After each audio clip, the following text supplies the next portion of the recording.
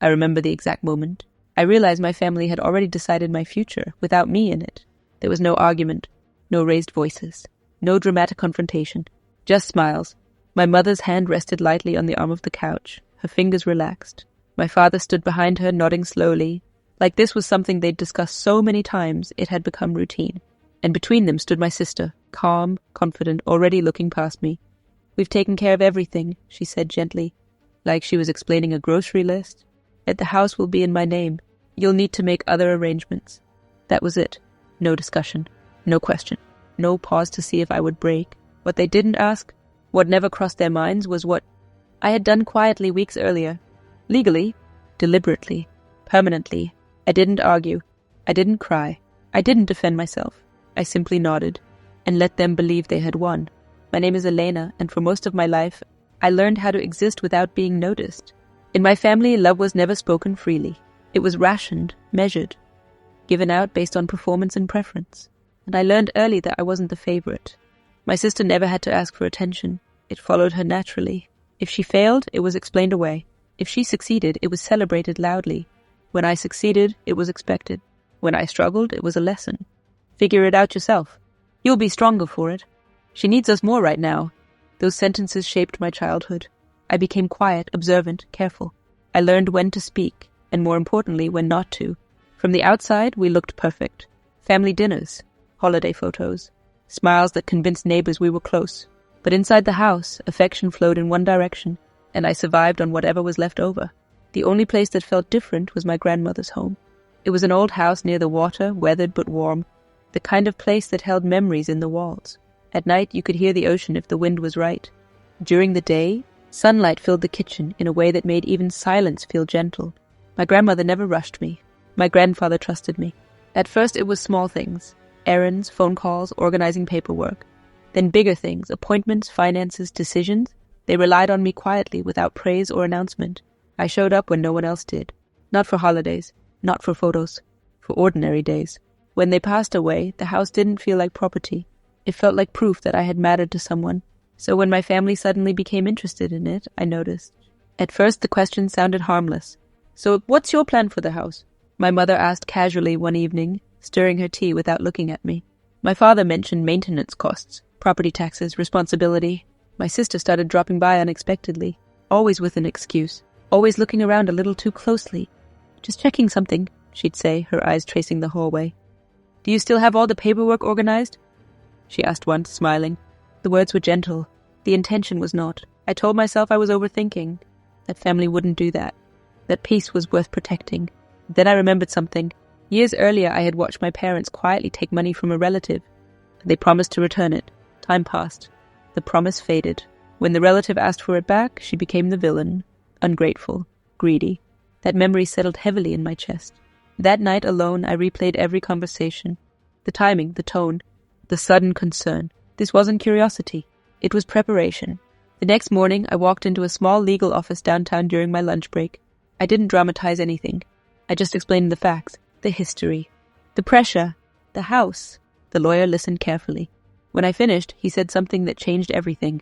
"When people believe something will eventually be theirs," he said calmly, "they stop asking. They start taking." He explained my options clearly, slowly, without fear. And I chose. I didn't tell my family. I didn't change my behavior. I didn't pull away. I let them think I was still uncertain, still passive, still waiting for guidance, because people move fastest when they think you're standing still. The process was quiet. No confrontations, no drama, just signatures, dates, legal boundaries that could not be undone on impulse. When it was done, I walked out holding a thin folder that didn't look powerful, yet it was. An irrevocable trust, clear ownership, clear authority, protection. After that, my family became warmer. Dinner invitations appeared. Old memories were mentioned. My sister joked about renovations she'd make someday, watching my reaction closely. I gave them nothing. I documented everything. Messages, assumptions, timelines, and eventually they made their move. They arrived on a quiet morning. My sister stepped out of the car first, confident. My parents followed, standing close together like a united front. "We've finalized everything," she said, holding out papers. "The house is legally mine now. You'll need to be out by the end of the week." They smiled like this was kindness. I looked at the documents without touching them. "Okay," I said. That single word relaxed them completely. "We'll be back with movers," my sister added lightly. I nodded. 2 days later, they returned. With a moving truck. This time I wasn't alone. Standing beside me was a man they didn't recognize, calm, professional, holding official documents. The shift was immediate. "I'm here regarding the legal status of this property," he said evenly. "This home was placed into an irrevocable trust several weeks ago." "Elena is the sole trustee." Silence. My sister laughed nervously. "That's not possible." "It is," he replied. "Any attempted transfer without trustee authorization is invalid." Color drained from her face. The mover stepped back. My father tried to protest. My mother insisted there was a mistake. "There isn't," the man said calmly. My sister turned to me. "You did this?" "I protected what wasn't yours to take," I said quietly. They had no response. They left without another word. The aftermath was quiet. Messages stopped. Calls ended. A formal withdrawal arrived through their attorney days later. I filed it away. On a Sunday afternoon, I returned to the house alone. The air smelled like old wood and salt. Sunlight fell across the floor just as it always had. For the first time, I wasn't tense. I wasn't waiting. I made tea, sat on the porch, watched the tide move in and out. The house didn't feel like something I'd fought for. It felt like something I had finally protected. Some people think strength is loud, but sometimes strength is silence, preparation, and knowing when not to explain yourself. If you've ever had to draw a line with people who should have protected you, you're not alone. And sometimes the strongest revenge is simply making sure they can never take from you again. When people lose control over something they believed was theirs, they don't react all at once. First comes silence.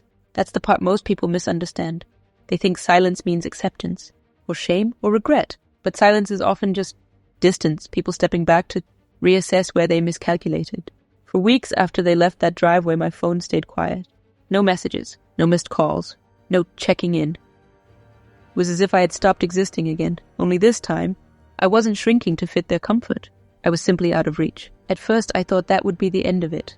I was wrong, because families like mine don't walk away when they lose. They regroup. The first crack came through someone else. An aunt I hadn't spoken to in years messaged me late one night. The tone was casual, but the words were carefully chosen. "I heard there was a misunderstanding about the house. Your parents are very hurt. They never imagined you'd shut them out like this." There it was. Not what they tried to do. Not what they attempted to take. But how they felt about being stopped. I didn't respond. More messages followed over the next few days. Different relatives. Same story. Different wording. Same script. You should talk to them. They're still your parents.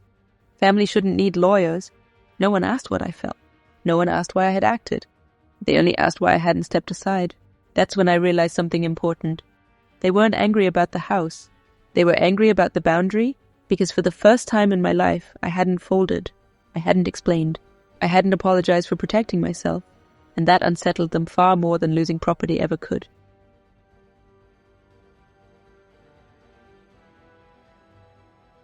I continued living quietly. Work, evenings, walks near the water. The house settled around me again. Not as a battlefield, but as shelter. I fixed small things my grandfather had always meant to repair.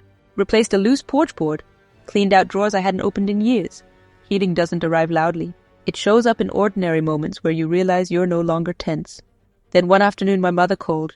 I almost didn't answer. But something told me this call wasn't about reconciliation. It was about control. One last attempt to rewrite the story. So I picked up. Her voice was soft, too soft. "We need to talk," she said. "Not about the house. About us." I didn't respond right away. She continued. "I don't understand why you've chosen to be so cold. We raised you. We sacrificed for you. And now you've turned everyone against us." There it was again. Sacrifice. As if love was a debt I hadn't repaid. "I didn't turn anyone against you," I said calmly. I just stopped stepping aside. Silence. Then her tone changed, sharper, less careful. "You think you've won," she said. "But don't forget who you are without us." That sentence stayed with me long after the call ended, because for the first time I knew exactly who I was without them. A week later, my sister tried a different approach. She showed up alone. No announcement. No warning. I saw her car from the window and felt nothing. Not fear, not anger. Just awareness. When I opened the door, she looked smaller somehow. Not defeated. Just uncertain. "I'm not here to fight," she said quickly. "I just want to understand." I stepped aside and let her in. She walked through the house slowly. The confidence she once carried replaced by something restless. She stopped in the living room and sighed. "You didn't have to do it like that," she said. "Like what?" I asked. Legally, quietly, making us look like criminals. I met her gaze. You brought movers, I said. You told me I was out. You never asked. She looked away. That house was always going to be mine, she said finally. Everyone knew it. And there it was. Not entitlement born overnight, but expectation built over years. I was always supposed to disappear, I said quietly. But that part just stayed unspoken. She didn't deny it. Instead, she tried something else. You could still fix this, she said. We could come to an arrangement. Share it, sell it, split things evenly. Even now she was negotiating something that wasn't hers. No, I said. One word, calm, final. Her face hardened. Then don't expect forgiveness, she snapped. I didn't answer. She left shortly after, and I knew that was the last honest conversation we'd ever have. The real fallout didn't come through confrontation. It came through reputation. Stories began circulating, subtle at first, then bolder. That I was greedy, that I had manipulated my grandparents, that I'd planned everything long before they passed. I heard them through friends, distant relatives, people who hadn't spoken to me in years but suddenly felt qualified to judge. And for the first time, I didn't rush to correct them. Because defending yourself to people who've already chosen a version of you only keeps you trapped in their story. I had my own now. Months passed. Legal matters stayed quiet. The trust held firm. Attempts to challenge it were withdrawn as quickly as they were suggested. But one final moment arrived when I least expected it. A letter, handwritten, from my father. Short, careful, formal. He didn't apologize. He didn't explain. He simply wrote that he was disappointed, that he never imagined I would choose separation over family, that one day I would regret my decisions. I folded the letter and placed it back in the envelope. Then I walked into the study and opened a drawer I rarely touched. Inside was another letter, one my grandmother had written, years before her health declined. I had read it once, long ago, but never truly understood it. That night I read it again. It spoke about quiet strength, about protecting what brings you peace, about not confusing obligation with love. At the end, she had written one line that finally settled everything. Some doors are meant to be closed gently, so they cannot be forced open later. I didn't keep my father's letter. I kept hers. On the anniversary of the day my family arrived with movers, I sat on the porch alone as the sun set. The ocean moved steadily, indifferent to human conflict. I thought about who I had been, how much space I'd spent my life trying not to take, and I realized something that felt almost unreal. I wasn't angry anymore. I wasn't waiting for them to understand. I wasn't hoping for reconciliation. Because closure doesn't come when others admit they were wrong. It comes when you no longer need them to. The house didn't symbolize victory. It symbolized choice. The choice to stop explaining myself to people who only listened when it benefited them. The choice to protect peace instead of performance. The choice to remain kind without remaining accessible. Some people will always say I went too far. Others will say I didn't go far enough. But for the first time in my life, those opinions no longer shape me. If you've ever been taught that love means endurance, that family means silence, that peace means surrender, this is your reminder. Walking away doesn't make you cruel. Setting boundaries doesn't make you selfish. Protecting yourself doesn't make you heartless. Sometimes it makes you free. And sometimes freedom is the only ending the story ever needed.